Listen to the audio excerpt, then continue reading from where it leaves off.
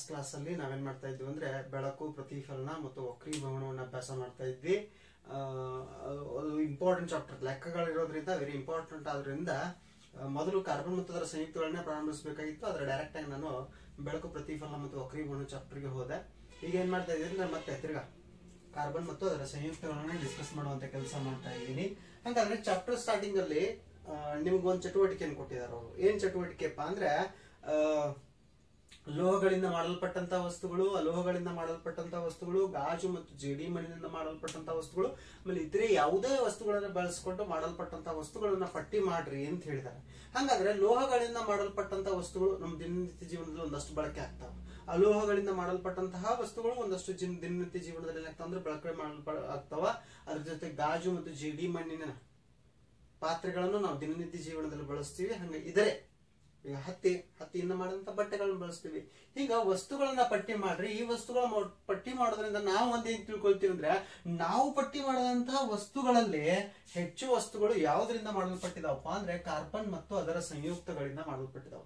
ಹೆಚ್ಚು ವಸ್ತುಗಳು ಯಾವ್ದ್ರಿಂದ ಮಾಡಲ್ಪಟ್ಟಿದಾವ? ಕಾರ್ಬನ್ ಮತ್ತು ಅದರ ಸಂಯುಕ್ತಗಳಿಂದ ಮಾಡಲ್ಪಟ್ಟಿದಾವ ಅನ್ನೋದನ್ನ ತಿಳ್ಕೊಳ್ತೀವಿ. ಉದಾಹರಣೆಗೆ ಆಹಾರ ಆಗಿರ್ಬೋದು, ಕಾರ್ಬನ್ ಇಂದ ಮಾಡಲ್ಪಟ್ಟಿದೆ. ಬಟ್ಟೆ ಆಗಿರ್ಬೋದು, ಹೌದಾ? ಯಾವುದೇ ಬಟ್ಟೆ ತಗೋರಿ, ಪಾಲಿಸ್ಟರ್, ನೈಲಾನ್, ಹತ್ತಿ ಬಟ್ಟೆ, ಹೌದಾ, ಟೆರಿಲಿನ್, ಯಾವುದೇ ಬಟ್ಟೆಯನ್ನು ತಗೋರಿ ಅದರಲ್ಲಿ ಕಾರ್ಬನ್ ಇದ್ದೇ ಇದೆ. ಹಾಗಾದ್ರೆ ಬಟ್ಟೆಗಳ ಆಗಿರ್ಬೋದು, ನಾವು ಸೇವಿಸುವಂತ ಔಷಧಿಗಳು ಅಥವಾ ತಯಾರಿಸುವಂತ ಎಲ್ಲಾ ಔಷಧಿಗಳು ಹೆಚ್ಚು ಕಡಿಮೆ ಕಾರ್ಬನ್ ಇಂದ ಆಗಿದಾವ. ಪುಸ್ತಕ ಆಗಿರ್ಬೋದು, ಆಮೇಲೆ ಇನ್ನೂ ಹಲವಾರು ವಸ್ತುಗಳು ಯಾವ್ದ್ರಿಂದ ಆಗಿದಾವಪ್ಪ ಅಂದ್ರೆ ಕಾರ್ಬನ್ ಇಂದ ಆಗಿದಾವ. ಅದಕ್ಕೆ ವೆರಿ ಇಂಪಾರ್ಟೆಂಟ್ ಚಾಪ್ಟರ್ ಆಗ್ತದೆ ಯಾವುದು? ಕಾರ್ಬನ್ ಮತ್ತು ಅದರ ಸಂಯುಕ್ತಗಳು. ಕಾರ್ಬನ್ ಮತ್ತು ಅದರ ಸಂಯುಕ್ತಗಳು ವೆರಿ ಇಂಪಾರ್ಟೆಂಟ್ ಆಗ್ತದೆ. ಆಮೇಲೆ ಇಷ್ಟೇ ಅಲ್ಲ, ನಮ್ಮ ಇಡೀ ದೇಹವನ್ನು ತಗೊಳ್ರಿ, ಯಾವ್ದ್ರಿಂದ ಆಗಿದೆ? ಕಾರ್ಬನ್ ನಿಂದ ಆಗಿದೆ. ಹೌದಾ? ನಮ್ಮ ದೇಹದಲ್ಲಿ ಕಾರ್ಬನ್ ಸಂಯುಕ್ತಗಳು ಇದಾವ. ಆಮೇಲೆ ನಾವು ಭೂಮಿಯನ್ನ ತಗೊಂಡಿದ್ದೆ ಆದ್ರೆ, ಭೂಮಿಯ ಅಂತರಾಳವನ್ನ ಅಥವಾ ನಮ್ಮ ಜೀವಗೋಳವನ್ನು ತೆಗೆದುಕೊಂಡಿದ್ದೆ ಆದ್ರೆ ಕಾರ್ಬೋನೇಟ್ಗಳ ರೂಪದಲ್ಲಿ, ಹೈಡ್ರೋಜನ್ ಕಾರ್ಬೋನೇಟ್ಗಳ ರೂಪದಲ್ಲಿ, ಕಲ್ಲಿದ್ದಿನ ರೂಪದಲ್ಲಿ, ಆಮೇಲೆ ಪೆಟ್ರೋಲಿಯಂನ ಉಪ ಉತ್ಪನ್ನಗಳು, ಪೆಟ್ರೋಲ, ಡೀಸೆಲ್, ಸೀಮೆ ಎಣ್ಣೆ, ಆಮೇಲೆ ಗ್ಯಾಸೋಲಿನ್, ಹೌದಾ? ಹಿಂಗ ಹಲವಾರು ಉಪ ಉತ್ಪನ್ನಗಳೇನ್ ಬರ್ತಾವಲ್ಲ ಪೆಟ್ರೋಲಿಯಂ, ಆ ಉಪ ಉತ್ಪನ್ನಗಳೆಲ್ಲ ಕಾರ್ಬನ್ ಮತ್ತು ಅದರ ಸಂಯುಕ್ತಗಳಿಂದಾದಂತಹ ವಸ್ತುಗಳು. ಕಾರ್ಬನ್ ಮತ್ತು ಸಂಯುಕ್ತಗಳಿಂದ ಆದಂತಹ ವಸ್ತುಗಳು. ಅದಕ್ಕೆ ದಿನನಿತ್ಯ ಜೀವನದಲ್ಲಿ ಏನಪ್ಪಾ ಅಂದ್ರೆ ಕಾರ್ಬನ್ ಬಹು ಮುಖ್ಯವಾದ ವಸ್ತು. ದಿನನಿತ್ಯ ಜೀವನದಲ್ಲಿ ಕಾರ್ಬನ್ ಏನಪ್ಪಾ ಅಂದ್ರೆ ಬಹು ಮುಖ್ಯವಾದ ವಸ್ತು. ನಮ್ಮ ನಿತ್ಯ ಜೀವನದಲ್ಲಿ ಕಾರ್ಬನ್ 2.5 ಲ್ಯಾಕ್, ಎಷ್ಟು? 2.5 ಲ್ಯಾಕ್ ಅಷ್ಟು ಏನ್ ಮಾಡ್ತೀವಿ ಅಂದ್ರೆ ಕಾರ್ಬನ್ ಸಂಯುಕ್ತಗಳನ್ನು ಕಾಣ್ತೀವಿ. ಹಂಗಾದ್ರೆ 2.5 ಲ್ಯಾಕ್ ಅಷ್ಟು ಏನು 2.5 ಲ್ಯಾಕ್ ಅಷ್ಟು ಬೇರೆ ಯಾವ್ದಾದ್ರೂ ವಸ್ತುವಿನ ಸಂಯುಕ್ತಗಳನ್ನು ಕಾಣ್ತೀವ? ಫಾರ್ ಎಕ್ಸಾಂಪಲ್, ನಮ್ಮ ಆವರ್ತ ಕೋಷ್ಟಕದಲ್ಲಿ 118 ಧಾತುಗಳಿದಾವೆ. 118 ಧಾತುಗಳಲ್ಲಿ ಅತಿ ಹೆಚ್ಚು ಸಂಯುಕ್ತಗಳನ್ನು ಉಂಟು ಮಾಡುವಂತ ಧಾತು ಯಾವ್ದಾದ್ರೂ ಇದ್ರೆ ಅದು ಕಾರ್ಬನ್. ಅತಿ ಹೆಚ್ಚು ಸಂಯುಕ್ತಗಳನ್ನು ಉಂಟು ಮಾಡುವಂತ ಧಾತು ನಮ್ಮ ದಿನನಿತ್ಯ ಜೀವನದಲ್ಲಿ ಬಳಸುವಂತಹ ಹಲವಾರು ವಸ್ತುಗಳು, ಹೌದಾ? ಹೆಚ್ಚು ಕಡಿಮೆ 2.5 ಲಕ್ಷದಷ್ಟು ವಸ್ತುಗಳು ಕಾರ್ಬನ್ ಮತ್ತು ಅದರ ಸಂಯುಕ್ತಗಳಿಂದಾದಂತಹ ವಸ್ತುಗಳು. ಅದಕ್ಕೆ ಕಾರ್ಬನ್ ತನ್ನದೇ ಆದ ಪ್ರಾಮುಖ್ಯತೆಯನ್ನು ಹೊಂದಿದೆ. ವಿಜ್ಞಾನದಲ್ಲಿ ಅತ್ಯಂತ ವೇಗವಾಗಿ ಬೆಳವಣಿಗೆ ಹೊಂದುತ್ತಿರುವಂತಹ ವಿಜ್ಞಾನದ ಶಾಖೆ ಯಾವ್ದಪ್ಪ ಅಂದ್ರೆ ಕಾರ್ಬನ್ ಮತ್ತು ಅದರ ಸಂಯುಕ್ತಗಳು. ಅದನ್ನ ಆರ್ಗ್ಯಾನಿಕ್ ಕೆಮಿಸ್ಟ್ರಿ ಅಂತ ಕರಿತೀವಿ ನಾವು. ಏನ್ ಕರಿತೀವಿ? Organic chemistry. ಆರ್ಗ್ಯಾನಿಕ್ ಕೆಮಿಸ್ಟ್ರಿ ಸಾವಯವ ರಸಾಯನಶಾಸ್ತ್ರ. ಸಾವಯವ ರಸಾಯನಶಾಸ್ತ್ರ ತುಂಬಾ ಬೆಳವಣಿಗೆ ಹೊಂದುತ್ತಿರುವಂತದ್ದು. ಆಮೇಲೆ ಹೆಚ್ಚು ಹೆಚ್ಚು ಅನ್ವೇಷಣೆಗೆ ಅವಕಾಶ ಮಾಡಿಕೊಟ್ಟಿರುವಂತಹ ವಿಜ್ಞಾನದ ವಿಭಾಗ ಯಾವುದು? ಸಾವಯವ ರಸಾಯನ ಶಾಸ್ತ್ರ. ಇನ್ನ ಈ ಕಾರ್ಬನ್ ಮತ್ತು ಅದರ ಸಂಯುಕ್ತಗಳಲ್ಲಿ ಮೊಟ್ಟ ಮೊದಲನೇದಾಗಿ ಏನ್ ಮಾಡೋಣಪ್ಪ ಅಂದ್ರೆ ಕಾರ್ಬನ್ ನಲ್ಲಿನ ಬಂಧ. ಮೊಟ್ಟ ಮೊದಲನೇದಾಗಿ ಏನ್ ಅಭ್ಯಾಸ ಮಾಡೋಣ? ಕಾರ್ಬನ್ ನಲ್ಲಿನ ಬಂಧ. ಹೌದಾ? ಕಾರ್ಬನ್ ನಲ್ಲಿನ ಬಂಧ ಯಾವುದಿದೆ ಅನ್ನೋದನ್ನ ಅಭ್ಯಾಸ ಮಾಡೋಕ್ಕಿಂತ ಮುಂಚೆ, ಕಾರ್ಬನ್ ಒಂದು ಇಂತಹ ಧಾತು ಅಲ್ಲ ಏನಪ್ಪಾ ಅಂದ್ರೆ ಇಲೆಕ್ಟ್ರಾನ್ಗಳನ್ನ ಬಿಟ್ಟು ಕೊಡೋಲ್ಲ, ಇಲೆಕ್ಟ್ರಾನ್ ಪಡ್ಕೊಳ್ಳೋದಿಲ್ಲ. ಕಾರಣ ಏನು ಅಂತ ನಾನು ಆಮೇಲೆ ವಿವರಿಸ್ತೀನಿ. ಹಾಗಾದ್ರೆ ಬಿಟ್ಟು ಕೊಡೋದಿಲ್ಲ ಮತ್ತು ಪಡ್ಕೊಳ್ಳೋದಿಲ್ಲ ಅಂದ್ರೆ ಅದು ಬಂಧ ಹೆಂಗೆ ಏರ್ಪಡಿಸ್ತದ? ಅದು ಇಲೆಕ್ಟ್ರಾನ್ ಅನ್ನ ಹಂಚಿಕೊಳ್ಳೋದ್ರ ಮೂಲಕ ಬಂಧ ಏರ್ಪಡಿಸ್ತದೆ. ಅದಕ್ಕೆ ಕಾರ್ಬನ್ ನಲ್ಲಿನ ಬಂಧ ಯಾವ್ದಪ್ಪ ಅಂದ್ರೆ ಸಹವೆಲೆನ್ಸಿಯ ಬಂಧ. ಯಾವ ಬಂಧ? ಸಹವೆಲೆನ್ಸಿಯ ಬಂಧ. ಹಾಗಾದ್ರೆ ವಿವರವಾಗಿ ಸಹವೆಲೆನ್ಸಿಯ ಬಂಧ, ಕಾರ್ಬನ್ ಸಹವೆಲೆನ್ಸಿಯ ಬಂಧ ಮತ್ತು ಅದರ ಗುಣಲಕ್ಷಣಗಳನ್ನ ಏನ್ ಮಾಡೋಣ ಅಂದ್ರೆ ವಿವರವಾಗಿ ಅಭ್ಯಾಸ ಮಾಡ್ತಾ ಹೋಗೋಣ. ಈಗಾಗಲೇ ಲೋಹಗಳು ಮತ್ತು ಅಲೋಹಗಳು 10th standard second chapter, second ಅಥವಾ ಥರ್ಡ್ ಚಾಪ್ಟರ್, ಲೋಹಗಳು ಅಲೋಹಗಳ ಬಗ್ಗೆ ಹೇಳ್ಬೇಕಾದ್ರೆ ನಾನು ಅಯಾನಿಕ ಸಂಯುಕ್ತಗಳ ಬಗ್ಗೆ ಹೇಳಿದೀನಿ. ಹಾಗಾದ್ರೆ ಅಯಾನಿಕ ಸಂಯುಕ್ತಗಳು ಏನಪ್ಪಾ ಅಂದ್ರೆ ಅಯಾನಿಕ ಬಂಧವನ್ನು ಹೊಂದಿರ್ತಾವ. ಅಯಾನಿಕ ಸಂಯುಕ್ತಗಳು ಏನ್ ಹೊಂದಿರ್ತಾವ? ಅಯಾನಿಕ ಬಂಧವನ್ನು ಹೊಂದಿರ್ತಾವ. ಕಾರ್ಬನ್ ಮತ್ತು ಅದರ ಸಂಯುಕ್ತಗಳು ಸಹವ್ಯಾಲೆನ್ಸಿಯ ಬಂಧವನ್ನು ಹೊಂದಿರ್ತಾವ. ಹಾಗಾದ್ರೆ ಅಯಾನಿಕ ಬಂಧ ಮತ್ತು ಸಹವ್ಯಾಲೆನ್ಸಿಯ ಬಂಧ ಇವು ಎರಡರ ನಡುವಿನ ವ್ಯತ್ಯಾಸಗಳನ್ನ ಅಭ್ಯಾಸ ಮಾಡಬೇಕು. ಆ ಅಭ್ಯಾಸ ಮಾಡೋಕ್ಕಿಂತ ಮುಂಚೆ ಸಹವ್ಯಾಲೆನ್ಸಿಯ ಬಂಧದ ಬಗ್ಗೆ ವಿವರಿಸ್ತಾ ಹೋಗ್ತೀನಿ ನಾನು. ಎಲ್ಲಿ ಇಲೆಕ್ಟ್ರಾನ್ಗಳ ಹಂಚಿಕೆ ಮೂಲಕ, ಇಲೆಕ್ಟ್ರಾನ್ಗಳ ವರ್ಗಾವಣೆ ಅಲ್ಲ, ಇಲೆಕ್ಟ್ರಾನ್ ಕೊಡುವಿಕೆ ಮತ್ತು ತೆಗೆದುಕೊಳ್ಳುವಿಕೆ ಮೂಲಕ ಅಲ್ಲ, ಇಲೆಕ್ಟ್ರಾನ್ ತಮ್ಮದೇ ಆದ ಅಂತರದಲ್ಲಿ ಹಂಚಿಕೊಳ್ಳುವುದರ ಮೂಲಕ ಬಂಧ ಏರ್ಪಟ್ಟಿದ್ರೆ ಅಂತಹ ಬಂಧವನ್ನು ಸಹವ್ಯಾಲೆನ್ಸಿಯ ಬಂಧ ಅಂತ ಕರಿತೀವಿ. ಆಮೇಲೆ ಅಂತಹ ಬಂಧದಿಂದ ಉಂಟಾದಂತಹ ಸಂಯುಕ್ತಗಳಿಗೆ ಸಹವ್ಯಾಲೆನ್ಸಿಯ ಸಂಯುಕ್ತಗಳು ಅಂತ ಕರಿತೀವಿ. ಅಂತಹ ಸಂಯುಕ್ತಗಳು ಸಹವ್ಯಾಲೆನ್ಸಿಯ ಸಂಯುಕ್ತ. ಕಾರ್ಬನ್ ಮತ್ತು ಅದರ ಸಂಯುಕ್ತಗಳು ಏನಪ್ಪಾ ಅಂದ್ರೆ ಸಹವ್ಯಾಲೆನ್ಸಿಯ ಸಂಯುಕ್ತಗಳು. ಕಾರ್ಬನ್ ಮತ್ತು ಅದರ ಸಂಯುಕ್ತಗಳು ಏನಪ್ಪಾ ಅಂದ್ರೆ ಸಹವ್ಯಾಲೆನ್ಸಿಯ ಸಂಯುಕ್ತಗಳು. ಹಾಗಾದ್ರೆ ಒಂದಷ್ಟು ವಸ್ತುಗಳನ್ನು ಕೊಟ್ಟಿದಾರ, ಅವುಗಳ ದ್ರವಣ ಬಿಂದು ಮತ್ತು ಕುದಿಯುವ ಬಿಂದುವನ್ನು ಕೊಟ್ಟಿದ್ದಾರೆ ಟೆಕ್ಸ್ಟ್ ಬುಕ್ ಅಲ್ಲಿ. ಯಾಕೆ ಕೊಟ್ಟಿದ್ದಾರೆ ಅನ್ನೋದು ನಾನು ವಿವರಿಸ್ತೀನಿ ನೋಡ್ರಿ. ಅಸ್ಟಿಕ್ ಆಮ್ಲ CH3COH, ಅಸ್ಟಿಕ್ ಆಮ್ಲದ ಸೂತ್ರ ಏನು? CH3COH. ಹೌದಾ? ಇದರ ದ್ರವಣ ಬಿಂದು ದ್ರವ ರೂಪಕ್ಕೆ 290 ಕೆಲ್ವಿನ್ ನಲ್ಲಿ ಬರ್ತದ. ಕುದಿಯುವ ಬಿಂದು ಎಷ್ಟಿದೆ? 390 ಕೆಲ್ವಿನ್ ಇದೆ, 91 ಕೆಲ್ವಿನ್ ಇದೆ. ನಿಮ್ಗೆ ಗುರುತಿದೆ 0 ಡಿಗ್ರಿ ಸೆಲ್ಸಿಯಸ್ ಅಂದ್ರೆ 0 ಡಿಗ್ರಿ ಸೆಲ್ಸಿಯಸ್ ಅಂದ್ರೆ 273 ಡಿಗ್ರಿ ಕೆಲ್ವಿನ್ ಅಂತ.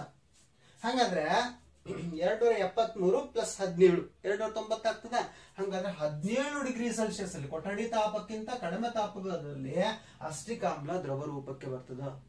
ಅಸಿಟಿಕ್ ಆಮ್ಲ ದ್ರವ ರೂಪಕ್ಕೆ ಬರ್ತದ. ಆಮೇಲೆ 391 ಕೆಲ್ವಿನ್ ಅಲ್ಲಿ 373 ಅಂದ್ರೆ 117 ಡಿಗ್ರಿ ಸೆಲ್ಸಿಯಸ್ ಅಲ್ಲಿ ಹೌದಾ ಕುದಿಲಿಕ್ಕೆ ಪ್ರಾರಂಭಿಸ್ತದೆ. ಯಾವುದು? ಅಸಿಟಿಕ್ ಆಮ್ಲ.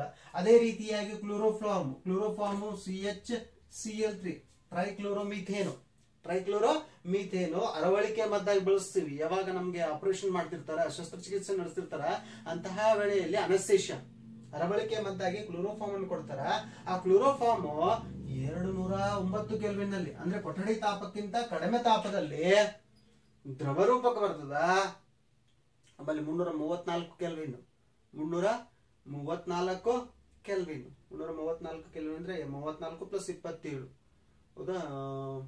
ಹೆಚ್ಚು ಕಡಿಮೆ 34 ಪ್ಲಸ್ 27 71 ಕೆಲ್ವಿನ್ ಅಂದ್ರೆ 71 ಇದು ಏನು ಡಿಗ್ರಿ ಸೆಲ್ಸಿಯಸ್ ಅಲ್ಲಿ ಯಾವುದು ಕುದಿಲಿಕ್ಕೆ ಪ್ರಾರಂಭಿಸ್ತದ. ಹೌದಾ? ಅದೇ ರೀತಿಯಾಗಿ ಎಥೆನಾಲ್ ಈಥೈಲ್ ಆಲ್ಕೋಹಾಲ್ C2H5OH ಹೌದಾ? CH3OH methanol. ಆಮೇಲೆ ಎಥೆನಾಲ್ ಯಾವುದು? C2H5OH. ಹಾಗಾದ್ರೆ ಇದು 156 ಡಿಗ್ರಿ ಕೆಲ್ವಿನ್ ನಲ್ಲಿ ದ್ರವ ರೂಪಕ್ಕೆ ಬರ್ತದ. 351 ಕೆಲ್ವಿನ್ ನಲ್ಲಿ ಏನಾಗ್ತದೆ ಅಂದ್ರೆ ಕುದಿಲಿಕ್ಕೆ ಪ್ರಾರಂಭಿಸ್ತದೆ, ಕುದಿಯುವ ಬಿಂದು. ಆಮೇಲೆ ಮೀಥೇನ್ ನೋಡ್ರಿ, ಅತ್ಯಂತ ಕಡಿಮೆ ತಾಪದಲ್ಲಿ ದ್ರವ ರೂಪಕ್ಕೆ ಬರ್ತದ. ಆಮೇಲೆ ಕೊಠಡಿಯ ತಾಪಕ್ಕಿಂತ ಅತ್ಯಂತ ಕಡಿಮೆ ತಾಪದಲ್ಲಿ ಅನಿಲ ರೂಪಕ್ಕೂ ಬರ್ತದೆ, ಕುದಿಲಿಕ್ಕೆ ಪ್ರಾರಂಭಿಸ್ತದೆ. ಇವುಗಳನ್ನು ಕೊಟ್ಟಂತ ಉದ್ದೇಶ ಏನು ಟೆಕ್ಸ್ಟ್ ಬುಕ್ ಅಲ್ಲಿ? ಇದ್ರ ಮೇಲೆ ಏನಾದ್ರೂ ಒಂದು ಮಲ್ಟಿಪಲ್ ಚಾಯ್ಸ್ ಕ್ವಶನ್ಸ್ ಬರ್ಬೋದು ಅಂತ ನಾನು ಅದನ್ನ ಹೇಳ್ದೆ. ನಾನು ಡೈರೆಕ್ಟ್ ಆಗಿ ಪಾಯಿಂಟ್ ಹೇಳ್ಬೋದಿತ್ತು. ಏನು?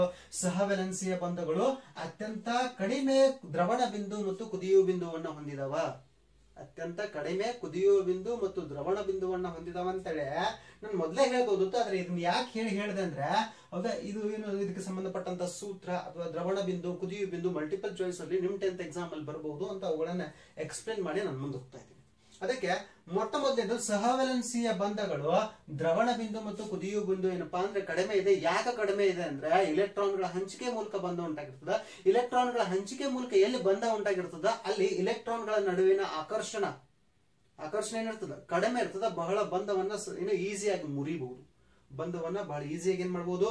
ಮುರಿಬಹುದು. ಅದಕ್ಕೆ ಕಾರ್ಬನ್ ನೊಂದಿಗಿನ ಏನ್ ಸಹವ್ಯಾಲೆನ್ಸಿಯ ಬಂಧ ಇದೆ ಅಥವಾ ಕಾರ್ಬನ್ ಮತ್ತು ಇತರ ಧಾತುಗಳೊಂದಿಗಿನ ಏನ್ ಸಹವ್ಯಾಲೆನ್ಸಿಯ ಬಂಧ ಇದೆ ಆ ಬಂಧ ಅಷ್ಟೊಂದು ಪ್ರಬಲವಾಗಿರದೇ ಇರೋದ್ರಿಂದ ದ್ರವಣ ಬಿಂದು ಮತ್ತು ಕುದಿಯುವ ಬಿಂದು ಏನಿದೆ ಸಹವ್ಯಾಲೆನ್ಸಿಯ ಬಂಧಗಳದ್ದು ಕಡಿಮೆ ಇದೆ. ಅಯಾನಿಕ ಬಂಧಗಳು ಇಲೆಕ್ಟ್ರಾನ್ ಕೊಡುವಿಕೆ ಮತ್ತು ಇಲೆಕ್ಟ್ರಾನ್ ತೆಗೆದುಕೊಳ್ಳುವಿಕೆ ಮೂಲಕ ಬಂಧ ಏರ್ಪಡಿಸೋದ್ರಿಂದ ಆಕರ್ಷಣೆ ಹೆಚ್ಚಿರ್ತದ. ಆಕರ್ಷಣೆ ಹೆಚ್ಚಿರೋದ್ರಿಂದ ಅಯಾನಿಕ ಸಂಯುಕ್ತಗಳ ಕುದಿಯುವ ಬಿಂದು ಮತ್ತು ಕರಗುವ ಬಿಂದು ಏನಿದೆಪ್ಪ ಅಂದ್ರೆ ಹೆಚ್ಚಿದೆ.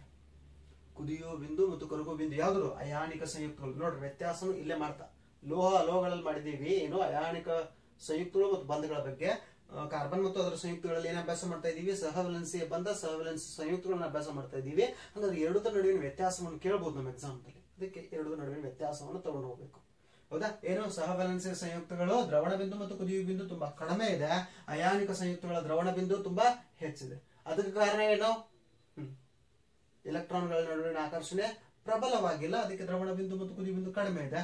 ಇಲ್ಲಿ ಇಲೆಕ್ಟ್ರಾನ್ ಕೊಡುವಿಕೆ ಮತ್ತು ತೆಗೆದುಕೊಳ್ಳುವಿಕೆ ವರ್ಗಾವಣೆಯ ಮೂಲಕ ಬಂಧ ಏರ್ಪಡೋದ್ರಿಂದ ಆಕರ್ಷಣೆ ತುಂಬಾ ಪ್ರಬಲವಾಗಿರ್ತದೆ. ಆಕರ್ಷಣೆ ಪ್ರಬಲ ಇರೋದ್ರಿಂದ ಏನಪ್ಪಾ ಅಂದ್ರೆ ಕುದಿಯುವ ಬಿಂದು ಮತ್ತು ದ್ರವಣ ಬಿಂದು ತುಂಬಾ ಹೆಚ್ಚಿದೆ. ಕುದಿಯುವ ಬಿಂದು ಮತ್ತು ದ್ರವಣ ಬಿಂದು ಇದೇನೈತೆ ತುಂಬಾ ಹೆಚ್ಚಿದೆ. ಇನ್ನ ನಾವು ಕಾರ್ಬನ್ ನ ಬಗ್ಗೆ ಇನ್ನೂ ವಿವರವಾಗಿ ಅಭ್ಯಾಸ ಮಾಡ್ತಾ ಹೋಗೋಣ. ನೋಡ್ರಿ, ಅಯಾನಿಕ ಸಂಯುಕ್ತಗಳು ನೀರಿನಲ್ಲಿ ಕರಗಿದಾಗ ನೀರಿನಲ್ಲಿ ವಿಲೀನ ಆಗ್ತಾವ. ಸಹವಲನ್ಸಿಯ ಸಂಯುಕ್ತಗಳು ನೀರಿನಲ್ಲಿ ವಿಲೀನ ಆಗೋದಿಲ್ಲ. ಅಯಾನಿಕ ಸಂಯುಕ್ತಗಳು ಯಾವಾಗ ನೀರಿನಲ್ಲಿ ವಿಲೀನ ಆಗಿರ್ತಾವ ಅವು ಉತ್ತಮ ವಿದ್ಯುತ್ ವಾಹಕಗಳು. ಆಮೇಲೆ ಘನ ಸ್ಥಿತಿಯಲ್ಲಿ ಅಯಾನಿಕ ಸಂಯುಕ್ತಗಳು ಅವಿದ್ಯುತ್ ವಾಹಕಗಳು. ಆಮೇಲೆ ಸಹವಲನ್ಸಿಯ ಸಂಯುಕ್ತಗಳು ದ್ರಾವಣ ಸ್ಥಿತಿಯಲ್ಲಿ ಅಥವಾ ಯಾವುದೇ ಸ್ಥಿತಿಯಲ್ಲಿ ವಿದ್ಯುತ್ ವಾಹಕಗಳು ತಮ್ಮ ಮೂಲಕ ವಿದ್ಯುತ್ ಅನ್ನು ಹರಿಯಲು ಬಿಡುವುದಿಲ್ಲ, ನೀರಿನಲ್ಲಿ ಕರಗೋದಿಲ್ಲ. ಆದ್ರೆ ಸಾವಯವ ದ್ರಾವಕಗಳಲ್ಲಿ ಏನಾಗ್ತಾವ? ಸಹವಲನ್ಸಿಯ ಸಂಯುಕ್ತಗಳು ಕರಗ್ತಾವ. ಸಾವಯವ ದ್ರಾವಕಗಳಲ್ಲಿ ಸಹವಲನ್ಸಿಯ ಸಂಯುಕ್ತಗಳು ಏನಾಗ್ತಾವ? ಕರಗ್ತಾವ. ಹೌದಾ? ಇಷ್ಟು ಏನಪ್ಪಾ ಅಂದ್ರೆ ಅಯಾನಿಕ ಸಂಯುಕ್ತಗಳಿಗೂ ಮತ್ತು ಸಹವಲನ್ಸಿಯ ಸಂಯುಕ್ತಗಳಿಗೂ ಅಥವಾ ಅಯಾನಿಕ ಬಂಧಕ್ಕೂ ಮತ್ತು ಸಹವಲನ್ಸಿಯ ಬಂಧಕ್ಕೂ ಇರುವಂತಹ ವ್ಯತ್ಯಾಸ. ನೆನ್ಪಿಡ್ಬೇಕಾದಂತ ಮುಖ್ಯವಾದ ಅಂಶ ಏನಪ್ಪಾ ಅಂದ್ರೆ ಸಹವಲನ್ಸಿಯ ಬಂಧ ಇಲೆಕ್ಟ್ರಾನ್ಗಳ ಹಂಚಿಕೆಯಿಂದ ಉಂಟಾಗ್ತದ, ಅಯಾನಿಕ ಬಂಧ ಇಲೆಕ್ಟ್ರಾನ್ಗಳ ವರ್ಗಾವಣೆಯ ಮೂಲಕ ಉಂಟಾಗ್ತದ. ದ್ರವಣ ಬಿಂದು ಕುದಿಯುವ ಬಿಂದು ಸಹವಲನ್ಸಿಯ ಸಂಯುಕ್ತಗಳು ಕಡಿಮೆ ಇದೆ, ದ್ರವಣ ಬಿಂದು ಕುದಿಯುವ ಬಿಂದು ಅಯಾನಿಕ ಸಂಯುಕ್ತಗಳು ಏನಿದೆ ಹೆಚ್ಚಿದೆ. ಆಮೇಲೆ ವಿದ್ಯುತ್ ಅವಾಹಕಗಳು ಯಾವುವು? ಸಹವಲನ್ಸಿಯ ಸಂಯುಕ್ತಗಳು. ದ್ರಾವಣ ಸ್ಥಿತಿಯಲ್ಲಿ ವಿದ್ಯುತ್ ಉತ್ತಮ ವಾಹಕಗಳು ಯಾವುವು? ಅಯಾನಿಕ ಸಂಯುಕ್ತಗಳು. ಇಂತಹ ಒಂದಷ್ಟು ವ್ಯತ್ಯಾಸಗಳನ್ನ ನೆನ್ಪಿಡುವಂತ ಕೆಲಸ ಮಾಡ್ರಿ. ಇನ್ನ ನಾವು ಕಾರ್ಬನ್ ಮತ್ತು ಅದರ ಸಂಯುಕ್ತಗಳನ್ನು ಸ್ಟಾರ್ಟ್ ಮಾಡಿದ್ವಿ ಅಂದ್ರೆ ಕಾರ್ಬನ್ ಬಗ್ಗೆ ಹೆಚ್ಚಾಗಿ ಅಭ್ಯಾಸ ಮಾಡಬೇಕು. ಕಾರ್ಬನ್ ನ ಪರಮಾಣು ಸಂಖ್ಯೆ 6, ಪರಮಾಣು ರಾಶಿ ಸಂಖ್ಯೆ 12. ಕಾರ್ಬನ್ ನ 4 ಸಮಸ್ಥಾನಿಗಳು ಬರ್ತಾವ. ಹೌದಾ? ಕಾರ್ಬನ್ ನ ಸಮಸ್ಥಾನಿಗಳು ಪರಮಾಣು ಸಂಖ್ಯೆ ಒಂದೇ ಆಗಿದ್ದು ಪರಮಾಣು ರಾಶಿ ಸಂಖ್ಯೆ ಬೇರೆ ಬೇರೆ ಆಗಿದ್ರೆ, ಪರಮಾಣು ರಾಶಿ ಸಂಖ್ಯೆ ಏನಾಗಿದ್ರೆ ಬೇರೆ ಬೇರೆ ಆಗಿದ್ರೆ ಅದನ್ನ ಕಾರ್ಬನ್ ನ ಸಮಸ್ಥಾನಿಗಳು ಅಂತ ಕರಿತೀವಿ. ಹಂಗಾದ್ರೆ ನೈಸರ್ಗಿಕ ಕಾರ್ಬನ್ 612. ಆಮೇಲೆ ಕಾರ್ಬನ್ ಡೇಟಿಂಗ್ ಕಾರ್ಬನ್ 14 ಅಂತ ಬಳಸ್ತಾರಲ್ಲ, ಆಮೇಲೆ ಕ್ಯಾನ್ಸರ್ ಚಿಕಿತ್ಸೆಗೆ ಅಂತ ಬಳಸ್ತಾರಲ್ಲ, ಅದ್ರ ಯಾವುದು? ಕಾರ್ಬನ್ 614. ಕಾರ್ಬನ್ 614 ಅನ್ನ ಅಥವಾ ಕಾರ್ಬನ್ 14 ಅನ್ನ ಏನಪ್ಪಾ ಅಂದ್ರೆ ಪಳಿವಳಿಕೆಗಳ ಆಯುಷ್ಯವನ್ನ ಕಂಡುಹಿಡಿಯಲಿಕ್ಕೆ ಕ್ಯಾನ್ಸರ್ ಚಿಕಿತ್ಸೆಯಲ್ಲಿ ಬಳಸ್ತಾರೆ. ಹೌದಾ? ಹಾಗಾದ್ರೆ ಕಾರ್ಬನ್ ನ ಪರಮಾಣು ಸಂಖ್ಯೆ 6, ಇಲೆಕ್ಟ್ರಾನ್ ವಿನ್ಯಾಸ 1s2 2s2 2p2. ಹಾಗಾದ್ರೆ ಕಾರ್ಬನ್ ನ ವೇಲೆನ್ಸಿ ಎಷ್ಟಪ್ಪ ಅಂದ್ರೆ 4. ಕಾರ್ಬನ್ ನ ವೇಲೆನ್ಸಿ ಎಷ್ಟು? 4. ವೇಲೆನ್ಸ್ ಇಲೆಕ್ಟ್ರಾನ್ಗಳು ಕೂಡ 4. ಕಾರ್ಬನ್ ನ ವೇಲೆನ್ಸಿ ಕೂಡ 4, ವೇಲೆನ್ಸ್ ಎಲೆಕ್ಟ್ರಾನ್ಗಳು ಕೂಡ 4. ಅವಾಗ್ಲೇ ಹೇಳ್ದೆ ಇಲೆಕ್ಟ್ರಾನ್ ಅನ್ನು ಕಳ್ಕೊಳ್ಳೋದು ಸಮಸ್ಯೆ, ಕಾರ್ಬನ್ಗೆ ಎಲೆಕ್ಟ್ರಾನ್ ಅನ್ನು ಪಡ್ಕೊಳ್ಳೋದು ಸಮಸ್ಯೆ ಅಂತ ಹೇಳ್ದೆ. ಹಾಗಾದ್ರೆ ಈಗ ಕಾರ್ಬನ್ ಏನಪ್ಪಾ ಅಂದ್ರೆ 4 ಇಲೆಕ್ಟ್ರಾನ್ಗಳನ್ನು ಕಳ್ಕೊಳ್ತದ. ಏನಾಗಿ? ಆನ್ ಅಯಾನ್ ಆಗಿ ಅಂತ ಇಟ್ಕೊಳ್ಳೋಣ. ಕಾರ್ಬನ್ 4 ಇಲೆಕ್ಟ್ರಾನ್ಗಳನ್ನು ಕಳ್ಕೊಳ್ತದೆ, ಆನ್ ಅಯಾನ್. ನೋಡ್ರಿ, ಆನೋಡ್ ಧನದ ಕಡೆ ಚಲಿಸುವಂತ ಅಯಾನ್ಗಳನ್ನು ಆನ್ ಅಯಾನ್ಗಳನ್ನು ಕರಿತೀವಿ. ಯಾವ ಅಯಾನ್ಗಳು ಚಲಿಸ್ತಾವ? ಋಣ ಅಯಾನ್ಗಳು. ಅದಕ್ಕೆ ಕಾರ್ಬನ್ ನ ಆನ್ ಅಯಾನ್ಗಳು ಏನ್ ಮಾಡ್ತಾ ಇದಾವ? 4 ಇಲೆಕ್ಟ್ರಾನ್ಗಳನ್ನು ಪಡ್ಕೊಳ್ತಾವ ಅಂತ ಇಟ್ಕೊಳ್ಳೋಣ. ಋಣ ಇದಾವಿಲ್ಲ, 4 ಇಲೆಕ್ಟ್ರಾನ್ಗಳನ್ನು ಪಡ್ಕೊಳ್ತಾವ ಅಂತ ಇಟ್ಕೊಳ್ಳೋಣ. ಹಾಗಾಗಿ 4 ಇಲೆಕ್ಟ್ರಾನ್ಗಳನ್ನು ಪಡ್ಕೊಂಡಾಗ ಕಾರ್ಬನ್ ನ ಪರಮಾಣು ಸಂಖ್ಯೆ ಎಷ್ಟು? 6. 4 ಇಲೆಕ್ಟ್ರಾನ್ ಪಡ್ಕೊಂಡಾಗ ಕಾರ್ಬನ್ ನಲ್ಲಿರುವಂತಹ ಇಲೆಕ್ಟ್ರಾನ್ಗಳ ಸಂಖ್ಯೆ ಎಷ್ಟಾಗ್ತದೆ? 10. 10 ಇಲೆಕ್ಟ್ರಾನ್ಗಳನ್ನ ನ್ಯೂಕ್ಲಿಯಸ್ ಅಲ್ಲಿರುವಂತಹ 6 ಪ್ರೋಟಾನ್ಗಳು ಇಟ್ಕೊಳ್ಳೋದು ತುಂಬಾ ಕಷ್ಟ ಆಗ್ತದೆ. ನೋಡ್ರಿ, ಮತ್ತೊಂದ್ಸಲ ಹೇಳ್ತೀನಿ. ಆಲ್ರೆಡಿ ಕಾರ್ಬನ್ ಅಲ್ಲಿ 6 ಇಲೆಕ್ಟ್ರಾನ್ ಇದಾವ. ಪ್ರೋಟಾನ್ಗಳ ಸಂಖ್ಯೆ ಎಷ್ಟಿರ್ತದ ಅಷ್ಟೇ ಏನಪ್ಪಾ ಅಂದ್ರೆ ಇಲೆಕ್ಟ್ರಾನ್ಗಳ ಸಂಖ್ಯೆ ಇರ್ತದ ಅಂತ ಅಭ್ಯಾಸ ಮಾಡಿದ್ದೇವೆ. ಪ್ರೋಟಾನ್ಗಳ ಸಂಖ್ಯೆ ಎಷ್ಟಿರ್ತದ ಅಷ್ಟೇ ಏನಿರ್ತದ ಅಂದ್ರೆ ಇಲೆಕ್ಟ್ರಾನ್ಗಳ ಸಂಖ್ಯೆ. ಹಂಗಾದ್ರೆ ಕಾರ್ಬನ್ ನ ಪರಮಾಣು ಸಂಖ್ಯೆ 6, ಪ್ರೋಟಾನ್ಗಳ 6 ಅಂದ್ರೆ ಇಲೆಕ್ಟ್ರಾನ್ಗಳು ಕೂಡ 6 ಇರಲೇಬೇಕು. ಹಾಗಾದ್ರೆ ಕಾರ್ಬನ್ ತನ್ನ ಅಷ್ಟಕ ಸ್ಥಿತಿಯನ್ನ ಹೊಂದಲಿಕ್ಕೆ ಇನ್ನೊಂದು ಧಾತುವಿನ ಜೊತೆಗೆ ವರ್ತಿಸಿ ಇಲೆಕ್ಟ್ರಾನ್ಗಳನ್ನು ಪಡ್ಕೊಂಡು ಅಷ್ಟಕ ಸ್ಥಿತಿಯನ್ನು ಹೊಂದಬೇಕಾದ್ರೆ 4 ಇಲೆಕ್ಟ್ರಾನ್ಗಳನ್ನು ಪಡ್ಕೊಳ್ತದ ಅಂತ ಇಟ್ಕೊಳ್ಳೋಣ. ಹಾಗಾದ್ರೆ ಪಡ್ಕೊಂಡ್ರು ನ್ಯೂಕ್ಲಿಯಸ್ ಅಲ್ಲಿ 6 ಪ್ರೋಟಾನ್ ಇದಾವ, 10 ಇಲೆಕ್ಟ್ರಾನ್ಗಳನ್ನ ಇಟ್ಕೊಳ್ಳೋದು ಕಷ್ಟ ಆಗ್ತದೆ. ಅದಕ್ಕೆ ಇಲೆಕ್ಟ್ರಾನ್ಗಳನ್ನ ಕಾರ್ಬನ್ ಏನ್ ಮಾಡಲ್ಲ? ಪಡ್ಕೊಳ್ಳೋದಿಲ್ಲ. ಇಲೆಕ್ಟ್ರಾನ್ಗಳನ್ನ ಏನ್ ಮಾಡಲ್ಲ? ಪಡ್ಕೊಳ್ಳೋದಿಲ್ಲ. ಇನ್ನು ನೆಕ್ಸ್ಟ್ ಕೇಸ್, ಕಾರ್ಬನ್ ಏನ್ ಮಾಡ್ತದಂದ್ರ 4 ಇಲೆಕ್ಟ್ರಾನ್ಗಳನ್ನ ಕೊಡ್ತದ ಅಂತ ಇಟ್ಕೊಳ್ಳೋಣ. 4 ಇಲೆಕ್ಟ್ರಾನ್ಗಳನ್ನ ಏನ್ ಮಾಡ್ತದ? ಕೊಡ್ತದ. ಹೊರಕವಚದಲ್ಲಿ ಇರುವಂತ 4 ಇಲೆಕ್ಟ್ರಾನ್ಗಳನ್ನು ಕೊಟ್ಟಾಗ ಕಾರ್ಬನ್ ನಲ್ಲಿ ಉಳಿಯೋದೆಷ್ಟು? 2 ಇಲೆಕ್ಟ್ರಾನ್. 2 ಇಲೆಕ್ಟ್ರಾನ್ಗಳನ್ನ ಉಳಿಸ್ಕೊಂಡು ಕಾರ್ಬನ್ ಒಂದು ಏನೋ ಸುಸ್ಥಿರ ಸ್ಥಿತಿಯನ್ನು ಹೊಂದಲಿಕ್ಕೆ ಸಾಧ್ಯ ಇಲ್ಲ. ಅದಕ್ಕೆ 4 ಇಲೆಕ್ಟ್ರಾನ್ ಅನ್ನ ಕಳ್ಕೊಳ್ಳೋದು ಇಲ್ಲ, 4 ಇಲೆಕ್ಟ್ರಾನ್ಗಳನ್ನು ಪಡ್ಕೊಳ್ಳೋದು ಇಲ್ಲ. ಕಳ್ಕೊಳ್ಬೇಕಾದ್ರೆ ಆಯನ್ ಆಗಿ ವರ್ತಿಸಿತ್ತು, ಪಡ್ಕೊಳ್ಬೇಕಾದ್ರೆ ಏನಾಗಿ ವರ್ತಿಸ್ಬೇಕು, ಕ್ಯಾಟಯಾನ್ ಆಗಿ ವರ್ತಿಸ್ಬೇಕು. ಹಾಗಾದ್ರೆ ಕ್ಯಾಟಯಾನ್ ಆಗಿ ವರ್ತಿಸ್ಲಿಕ್ಕೆ ಸಾಧ್ಯ ಇಲ್ಲ. ಹಾಗಾದ್ರೆ ಈ ಎರಡೂ ಹಾಗಾದ್ರೆ ಕಾರ್ಬನ್ ಇಲೆಕ್ಟ್ರಾನ್ ಅನ್ನ ಕೊಡ್ಲಿಕ್ಕೂ ಆಗಲ್ಲ, ತೆಗೆದುಕೊಳ್ಳಿಕ್ಕೂ ಆಗಲ್ಲ ಅನ್ನೋದನ್ನ ತಿಳ್ಕೊಂಡ್ವಿ. ಹಾಗಾದ್ರೆ ಕಾರ್ಬನ್ ಏನ್ ಮಾಡ್ತದ ಅಂದ್ರ ಇತರ ಧಾತುಗಳೊಂದಿಗೆ ಸಹವಲನಶೀಯ ಬಂಧವನ್ನ ಏರ್ಪಡಿಸುತ್ತೆ. ಸಹವಲನಶೀಯ ಬಂಧ ಮತ್ತು ಅಯಾನಿಕ ಬಂಧ ಇವೆರಡರ ನಡುವೆ ಏನಪ್ಪಾ ಅಂದ್ರೆ ಗ್ಲಾನ್ಸ್ ಆಗಿ ವ್ಯತ್ಯಾಸಗಳನ್ನ ಅಭ್ಯಾಸ ಮಾಡೋಣ. ಸಹವಲನಶೀಯ ಬಂಧ, ಆಮೇಲೆ ಇನ್ನೊಂದು ಯಾವುದು ಅಯಾನಿಕ ಬಂಧ.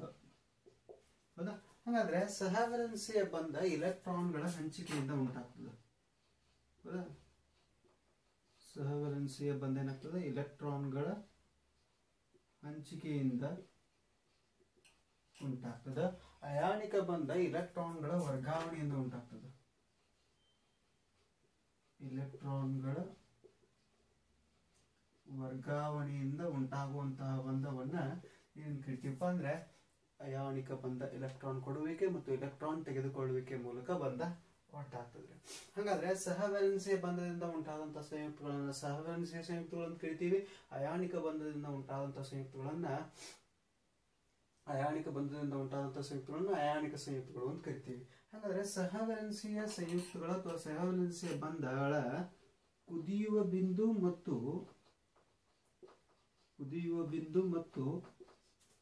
ಕರಗುವ ಬಿಂದು ಕಡಿಮೆ ಇದೆ. ಏನಿದೆ? ಕಡಿಮೆ ಇದೆ. ಅದೇ ಅಯಾನಿಕ ಸಂಯುಕ್ತಗಳ ಏನಪ್ಪಾ ಅಂದ್ರೆ ಕುದಿಯುವ ಮತ್ತು ಕರಗುವ ಬಿಂದು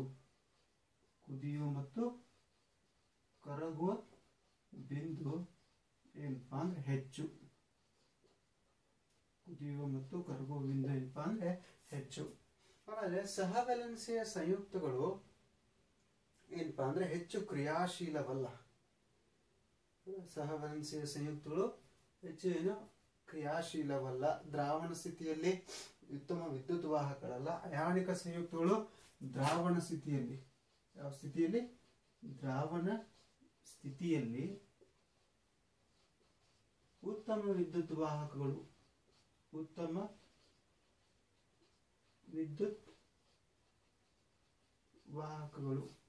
ಹೌದಾ? ಇವು ಉತ್ತಮ ವಿದ್ಯುತ್ ವಾಹಕಗಳು ಅಲ್ಲ. ಹೌದಾ? ಆಮೇಲೆ ಅಷ್ಟೇ ಅಲ್ಲದೆ ಏನಪ್ಪಾ ಅಂದ್ರೆ ಸಹವಲನಶೀಯ ಸಂಯುಕ್ತಗಳು ಸಾವಯವ ದ್ರಾವಕಗಳಲ್ಲಿ ಮಾತ್ರ ಕರಗ್ತಾವೆ. ಸಾವಯವ ದ್ರಾವಕಗಳಲ್ಲಿ ಕರಗುತ್ತವೆ. ಅಯಾನಿಕ ಸಂಯುಕ್ತಗಳು ಅಥವಾ ಅಯಾನಿಕ ಸಂಯುಕ್ತಗಳು ಏನಾಗ್ತಾವ ಅಂದ್ರೆ ನೀರಿನಲ್ಲಿ ಕರಗ್ತಾವ. ಇಷ್ಟು ಏನಪ್ಪಾ ಅಂದ್ರೆ ಏನು ಮುಖ್ಯವಾದದ್ದು ಸಹವಲನಶೀಯ ಬಂಧ ಮತ್ತು ಅಯಾನಿಕ ಬಂಧದಿಂದ ಉಂಟಾದಂತಹ ಸಂಯುಕ್ತಗಳ ನಡುವಿನ ವ್ಯತ್ಯಾಸ. ಹಾಗಾದ್ರೆ ಕಾರ್ಬನ್ ಮತ್ತು ಅದರ ಸಂಯುಕ್ತಗಳೆಲ್ಲ ಸಹವಲನಶೀಯ ಬಂಧವನ್ನು ಹೊಂದಿದಾವೆ. ಇಲೆಕ್ಟ್ರಾನ್ಗಳ ಹಂಚಿಕೆಯಿಂದ ಬಂಧ ಉಂಟಾಗ್ತದೆ. ಕುದಿಯುವ ಬಿಂದು ಮತ್ತು ಕರಗುವ ಬಿಂದು ಏನಿದೆಪ್ಪ ಅಂದ್ರೆ ಕಡಿಮೆ ಇದೆ. ಉತ್ತಮ ವಿದ್ಯುತ್ ವಾಹಕಗಳು ಅಲ್ಲ. ಆಮೇಲೆ ಸಾವಯವ ದ್ರಾವಕಗಳಲ್ಲಿ ಕರಗ್ತಾವ. ಅಯಾನಿಕ ದ್ರಾವಕಗಳಂತೆ ನೀರಿನಲ್ಲಿ ಕರಗೋದಿಲ್ಲ. ಇವು ಏನಪ್ಪಾ ಅಂದ್ರೆ ಮುಖ್ಯವಾದಂತಹ ವ್ಯತ್ಯಾಸಗಳು. ಇನ್ನು ಸಹವಲನಶೀಯ ಬಂಧಗಳಲ್ಲಿ ಏಕ ಸಹವಲನಶೀಯ ಬಂಧ, ದ್ವಿಸಹವಲನಶೀಯ ಬಂಧ ಮತ್ತು ತ್ರಿಸಹವಲನಶೀಯ ಬಂಧಗಳು ಏನಾಗ್ತಾವ ಅಂದ್ರೆ ಉಂಟಾಗ್ತಾವ. ಅವುಗಳನ್ನು ಒಂದೊಂದಾಗಿ ಅಭ್ಯಾಸ ಮಾಡ್ತಾವ. ಏಕ ಸಹವಲನಶೀಯ ಬಂಧದ ಬಗ್ಗೆ ಏನ್ ಮಾಡೋಣ ಅಂತ ತಿಳ್ಕೊಳ್ಳೋಣ. ನೋಡ್ರಿ, ಏಕ ಸಹವಲನಶೀಯ ಬಂಧ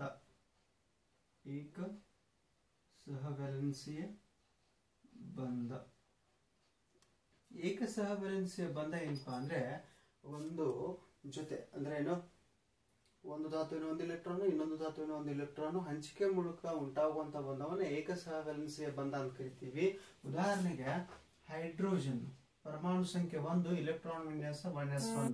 ಹಾಗಾದ್ರೆ ಹೊರಕವಚದಲ್ಲಿರುವಂತಹ ಇಲೆಕ್ಟ್ರಾನ್ಗಳ ಸಂಖ್ಯೆ ಎಷ್ಟು? ಒಂದೇ. ಅದಕ್ಕೆ ಒಂದು ಹೈಡ್ರೋಜನ್ ಇನ್ನೊಂದು ಹೈಡ್ರೋಜನ್ ಜೊತೆಗೆ ಏನ್ ಮಾಡ್ತದೆ ಅಂದ್ರೆ ಒಂದೇ ಇಲೆಕ್ಟ್ರಾನ್, ಇದು ಇದ್ರ ಜೊತೆ ಒಂದು ಇಲೆಕ್ಟ್ರಾನ್, ಇದು ಒಂದು ಇಲೆಕ್ಟ್ರಾನ್ ಹಂಚಿಕೊಂಡು ಏನ್ ಮಾಡ್ತಾವ ಅಂದ್ರೆ ಬಂಧವನ್ನು ಏರ್ಪಡಿಸ್ತಾವ. ಹಾಗಾದ್ರೆ ಹೈಡ್ರೋಜನ್ ಪರಮಾಣುವಿನ ಜೊತೆ ಸೇರಿ ಹೈಡ್ರೋಜನ್ ಅಣುವನ್ನು ಏನ್ ಕೊಡ್ತದಲ್ಲ, ಆ ಹೈಡ್ರೋಜನ್ ಅಣುವಿನ ಇಲೆಕ್ಟ್ರಾನ್ ಚುಕ್ಕೆ ವಿನ್ಯಾಸ, ಆ ಹೈಡ್ರೋಜನ್ ಅಣುವಿನ ಇಲೆಕ್ಟ್ರಾನ್ ಚುಕ್ಕೆ ವಿನ್ಯಾಸ ಏಕ ಸಹವಲೆನ್ಸಿಯ ಬಂಧಕ್ಕೆ ಉದಾಹರಣೆ. ಏಕ ಸಹವಲೆನ್ಸಿಯ ಬಂಧಕ್ಕಿನ ಉದಾಹರಣೆ. ಇನ್ನು ದ್ವಿಸಹವಲೆನ್ಸಿಯ ಬಂಧ, ದ್ವಿಸಹವಲೆನ್ಸಿಯ ಬಂಧ ಹೌದಾ, ಒಂದ್ ಸ್ವಲ್ಪ ಲಕ್ಷ ಕೊಡ್ರಿ. ದ್ವಿಸಹವಲೆನ್ಸಿಯ ಬಂಧ, ದ್ವಿಸಹವಲೆನ್ಸಿಯ ಬಂಧದಲ್ಲಿ ಏನಾಗ್ತದಪ್ಪ ಅಂದ್ರೆ ಆಕ್ಸಿಜನ್ ಪರಮಾಣು ಸಂಖ್ಯೆ 8, ಆಕ್ಸಿಜನ್ ಪರಮಾಣು ಸಂಖ್ಯೆ 8, ಎಲೆಕ್ಟ್ರಾನ್ ವಿನ್ಯಾಸ 1s2 2s2 2p4 2p4. ಹಾಗಾದ್ರೆ ಆಕ್ಸಿಜನ್ ವೇಲೆನ್ಸಿ ಎಷ್ಟು, ಹೈಡ್ರೋಜನ್ ವೇಲೆನ್ಸಿ 1 ಇತ್ತು, ಆಕ್ಸಿಜನ್ ವೇಲೆನ್ಸಿ ಎಷ್ಟು 2. ಹಾಗಾದ್ರೆ ಇಂತಹ ಆಕ್ಸಿಜನ್ ಪರಮಾಣುವಿನ ಜೊತೆಗೆ ವರ್ತಿಸಿ ಆಕ್ಸಿಜನ್ ಅಣು ಆಗ್ತದೆ. ಆಕ್ಸಿಜನ್ ಪರಮಾಣುವಿನೊಂದಿಗೆ ವರ್ತಿಸಿ ಆಕ್ಸಿಜನ್ ಅಣು ಆಗ್ತದೆ. ಹಾಗಾದ್ರೆ ಇಲ್ಲಿ ಆಕ್ಸಿಜನ್ 2 ಪರಮಾಣುಗಳು ಒಂದು ಇನ್ನೊಂದರೊಂದಿಗೆ ಏನಪ್ಪಾ ಅಂದ್ರೆ ವರ್ತಿಸ್ತಾವ. ಹೊರಕವಚದಲ್ಲಿ ಎಷ್ಟು ಎಲೆಕ್ಟ್ರಾನ್ಗಳಿದಾವ, ಟೋಟಲ್ 6 ಇದಾವ. ಟೋಟಲ್ ಎಷ್ಟಿದಾವ, 6 ಇದಾವ. 6ರಲ್ಲಿ ಅದರ 2 ಮತ್ತು ಇದರ 2 ವರ್ತಿಸಿ ದ್ವಿಸಹವಲೆನ್ಸಿಯ ಬಂಧವನ್ನು ಏರ್ಪಡಿಸ್ತಾವ. ಆಮೇಲೆ ಉಳಿದ 4 ಇಲ್ಲಿ ಉಳಿತಾವ, ಆಕ್ಸಿಜನ್ ಅಲ್ಲೇ ಉಳಿತಾವ ಹೊರಕವಚದಲ್ಲಿ. ಇಲ್ಲಿ ಆಕ್ಸಿಜನ್ ಇದೇನಪ್ಪಾ ಅಂದ್ರೆ ಆಕ್ಸಿಜನ್ ಅಣುವಿನ ಎಲೆಕ್ಟ್ರಾನ್ ಚುಕ್ಕೆ ವಿನ್ಯಾಸ. ಆಕ್ಸಿಜನ್ ಅಣುವಿನ ಎಲೆಕ್ಟ್ರಾನ್ ಚುಕ್ಕೆ ವಿನ್ಯಾಸ. ಈಗ ನೆಕ್ಸ್ಟ್ ಏನಪ್ಪಾ ಅಂದ್ರೆ ತ್ರಿಸಹವಲೆನ್ಸಿಯ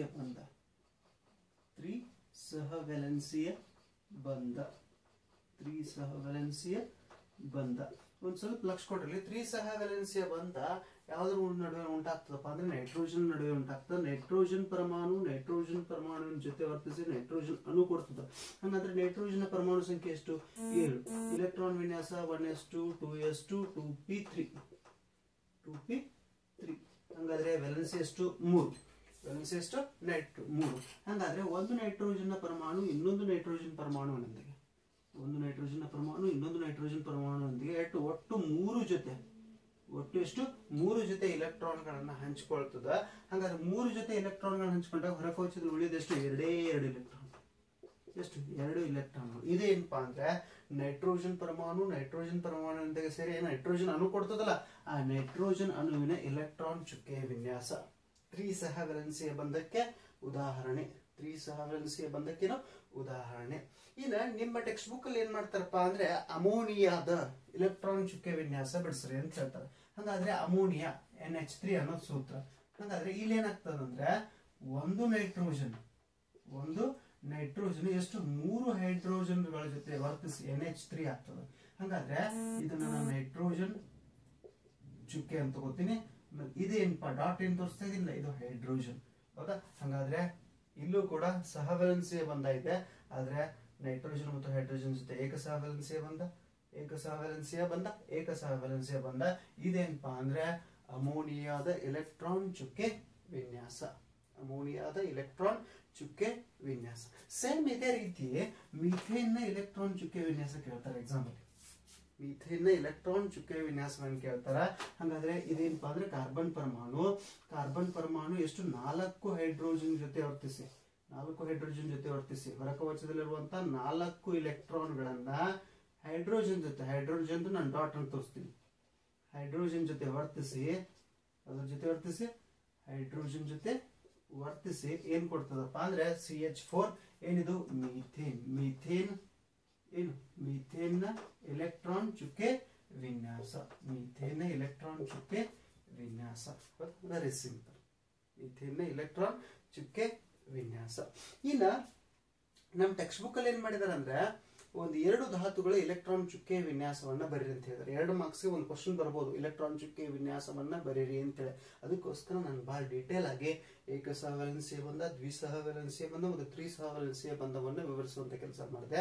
ಇನ್ನೇನ್ ಮಾಡ್ತೀನಿಪ್ಪ ಅಂದ್ರೆ ಯಾವುದು ಟೆಕ್ಸ್ಟ್ ಬುಕ್ ಮಿಡಲ್ ಅಲ್ಲಿರುವಂತಹ ಒಂದು 2 ಕ್ವಶನ್ಸ್ ಇದಾವೆ ಸಹವಲೆನ್ಸಿಯ ಬಂಧಕ್ಕೆ ಮತ್ತು ಇಲೆಕ್ಟ್ರಾನ್ ಚುಕ್ಕೆ ವಿನ್ಯಾಸಕ್ಕೆ ಸಂಬಂಧಪಟ್ಟಂತದ್ದು. ಆ 2 ಕ್ವಶನ್ಸ್ ಅನ್ನ ಡಿಸ್ಕಸ್ ಮಾಡುವಂತ ಕೆಲಸ ಮಾಡೋಣ. ನೋಡ್ರಿ ಟೆಕ್ಸ್ಟ್ ಬುಕ್ ನ ಮಿಡಲ್ ಅಲ್ಲಿ ಒಂದ್ ಎರಡು ಕ್ವಶನ್ಸ್ ಕೇಳಿದ್ದಾರೆ. ಏನಪ್ಪಾ ಅಂದ್ರೆ ಕಾರ್ಬನ್ ಡೈಆಕ್ಸೈಡ್ ನ ಎಲೆಕ್ಟ್ರಾನ್ ಚುಕ್ಕೆ ವಿನ್ಯಾಸವನ್ನ ಬಿಡಿಸ್ರಿ, ಮತ್ತೆ ಸಲ್ಫರ್ ನ 8 ಪರಮಾಣುಗಳ ಹೌದಾ ಇಲೆಕ್ಟ್ರಾನ್ ಚುಕ್ಕೆ ವಿನ್ಯಾಸವನ್ನ ಬಿಡಿಸ್ರಿ ಅಂತ ಹೇಳಿದಾರೆ. ಹಂಗಾದ್ರೆ ಕಾರ್ಬನ್ ಡೈಆಕ್ಸೈಡ್ ನೋಡ್ರಿ, ಕಾರ್ಬನ್ ನ ಪರಮಾಣು ಸಂಖ್ಯೆ 6 ನಾನು ಈಗಾಗಲೇ ಹೇಳದಂತೆ. ಹಂಗಾದ್ರೆ 1s2 2s2 2p2. ಹಂಗಾದ್ರೆ ವೇಲೆನ್ಸಿ ಎಷ್ಟು 4, ವೇಲೆನ್ಸಿ ಎಷ್ಟು 4. ಹಾಗಾದ್ರೆ ನೋಡ್ರಿ ಲಕ್ಷ ಕೊಟ್ರಿ, ಒಂದು ಕಾರ್ಬನ್ 2 ಆಕ್ಸಿಜನ್ ಜೊತೆ, ಒಂದು ಕಾರ್ಬನ್ ಏನ್ ಮಾಡ್ತದೆ 2 ಆಕ್ಸಿಜನ್ ಜೊತೆ ಏನ್ ಮಾಡ್ತದೆ ಅಂದ್ರೆ ಬಂಧವನ್ನು ಏರ್ಪಡಿಸ್ತದೆ. ಎರಡೂರ ಜೊತೆನು ದ್ವಿಬಂಧ, ಎರಡು ಜೊತೆನು ದ್ವಿಬಂಧ. ಇದು ಕಾರ್ಬನ್, ಆಮೇಲೆ ಇವೇನು 2 ಆಕ್ಸಿಜನ್, ಎರಡೇನು ಆಕ್ಸಿಜನ್. ಆಮೇಲೆ ಕಾರ್ಬನ್ ನ ಹೊರ ಕವಚದಲ್ಲಿ ಏನು 2 ಇಲೆಕ್ಟ್ರಾನ್ಗಳು ಹಂಚಿಕೊಳ್ಳಲ್ಪಟ್ರೆ ಮತ್ತೇನಪ್ಪಾ ಅಂದ್ರೆ ಹೆಚ್ಚು ಇಲೆಕ್ಟ್ರಾನ್ ಉಳಿಯೋದಿಲ್ಲ. ಆಮೇಲೆ ಆಕ್ಸಿಜನ್ ನಲ್ಲಿ ಹೊರ ಕವಚದಲ್ಲಿರುವಂತಹ 2 ಇಲೆಕ್ಟ್ರಾನ್ಗಳು ಹಂಚಿಕೊಳ್ಳಲ್ಪಟ್ಟಾಗ ಆಕ್ಸಿಜನ್ ಎಷ್ಟಿದೆ 8. ಹಂಗಾದ್ರೆ 1s2 2s2 2p4 2p4. ಹಾಗಾದ್ರೆ 2 ಇಲೆಕ್ಟ್ರಾನ್ಗಳು ಏನಾಗಿದೆ ಹಂಚಿಕೊಳ್ಳಲ್ಪಟ್ಟಿದೆ. ಇನ್ನೆರಡು ಏನಿದಾವೆ ಏನಾಗ್ತಂದ್ರೆ ಆಕ್ಸಿಜನ್ ಪರಮಾಣುವಿನಲ್ಲೇ ಉಳಿತಾವ. ಹೌದಾ, 2 ಅಲ್ಲ 4, ಎಷ್ಟು 4 ಇಲ್ಲಿ ಉಳಿತಾವ, ಆಕ್ಸಿಜನ್ ಪರಮಾಣುವಿನಲ್ಲೇ ಉಳಿತಾವ. ಹಾಗಾದ್ರೆ ಇದೇನಪ್ಪಾ ಅಂದ್ರೆ ಕಾರ್ಬನ್ ಡೈಆಕ್ಸೈಡ್ ಎಲೆಕ್ಟ್ರಾನ್ ಚುಕ್ಕೆ ವಿನ್ಯಾಸ. ಒಂದು ಕಾರ್ಬನ್ 2 ಆಕ್ಸಿಜನ್ ಜೊತೆ, ಈ ಕಡೆ 2 ದ್ವಿಬಂಧ, ಈ ಕಡೆ ಒಂದು, ಒಟ್ಟು ಚತುರ್ವೇಲೆನ್ಸಿಯ. ಹೌದಾ, ಇದೇನಪ್ಪಾ ಅಂದ್ರೆ ಕಾರ್ಬನ್ ಡೈಆಕ್ಸೈಡ್ ನ ಎಲೆಕ್ಟ್ರಾನ್ ಚುಕ್ಕೆ ವಿನ್ಯಾಸ. ಇನ್ನು ಸಲ್ಫರ್ ನ 8, ಸಲ್ಫರ್ ನ ಪರಮಾಣು ಸಂಖ್ಯೆ 16, ಎಲೆಕ್ಟ್ರಾನ್ ವಿನ್ಯಾಸ 1s2 2s2 2p6 3s2 3p4. ಹಾಗಾದ್ರೆ ವೇಲೆನ್ಸಿ ಎಷ್ಟು 2, ವೇಲೆನ್ಸಿ ಎಷ್ಟು 2. ಹಾಗಾದ್ರೆ ನಾವು ಒಂದು ಸಲ್ಫರ್ ಅನ್ನ ತಗೊಂಡಿದೀವಂದ್ರೆ ಏನ್ ಮಾಡ್ತದೆ, ಈ ಕಡೆ ಒಂದು ಈ ಕಡೆ ಒಂದು, ಈ ರೀತಿಯಾಗಿ ಎಲೆಕ್ಟ್ರಾನ್ಗಳನ್ನು ಹಂಚಿಕೊಳ್ತಾ ಹೋಗ್ತದೆ.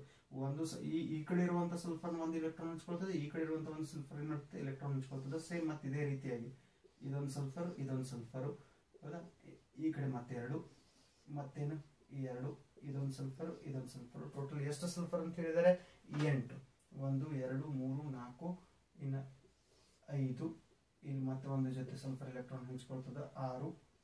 ಇಲ್ಲಿ ಮತ್ತೆ ಒಂದು ಜೊತೆ ಏನ್ ಮಾಡ್ತದೆ ಅಂದ್ರೆ ಎಲೆಕ್ಟ್ರಾನ್ ಹಂಚ್ಕೊಳ್ತದೆ 7. ಇಲ್ಲಿ ಮತ್ತೆ ಒಂದು ಜೊತೆ ಏನ್ ಮಾಡ್ತದೆ ಎಲೆಕ್ಟ್ರಾನ್ಗಳನ್ನ ಹಂಚ್ಕೊಳ್ತದೆ. ಹೌದಾ, 1 2 3 4 5 6 7 8.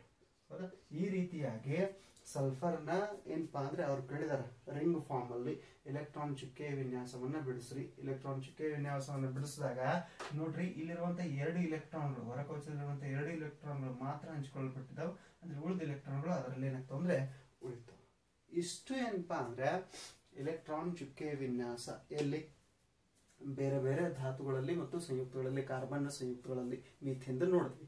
ಹೌದಾ, ಇನ್ನು ನೆಕ್ಸ್ಟ್ ಕ್ಲಾಸ್ ಅಲ್ಲಿ ಪರ್ಯಾಪ್ತ ಹೈಡ್ರೋಕಾರ್ಬನ್ಗಳು ಮತ್ತು ಅಪರ್ಯಾಪ್ತ ಹೈಡ್ರೋಕಾರ್ಬನ್ಗಳನ್ನ, ಹೈಡ್ರೋಕಾರ್ಬನ್ಗಳ ವರ್ಗೀಕರಣ ಅಥವಾ ಕಾರ್ಬನ್ ಸಂಯುಕ್ತಗಳ ವರ್ಗೀಕರಣ, ಇಂತಹ ವಿಷಯಗಳ ಬಗ್ಗೆ ಅಭ್ಯಾಸ ಮಾಡೋಣ ಅಂತ ಹೇಳ್ತಾ, ಹೌದಾ, ಹೇಳುವಂತ ವಿಡಿಯೋ ಲೈಕ್ ಆಗ್ತಾ ಇದ್ರೆ ಶೇರ್ ಮಾಡ್ರಿ, ಸಬ್ಸ್ಕ್ರೈಬ್ ಮಾಡ್ರಿ, ಆಮೇಲೆ ನಿಮ್ಮ ಫ್ರೆಂಡ್ಸ್ಗೂ ಯೂಸ್ ಆಗೋ ಹಾಗೆ ನೋಡ್ಕೊಡ್ರಿ ಅಂತ ಹೇಳ್ತಾ ಈ ವಿಡಿಯೋಗೆ ವಿರಾಮ ಮಾಡ್ತಾ ಇದ್ದೀನಿ. Thank you so much.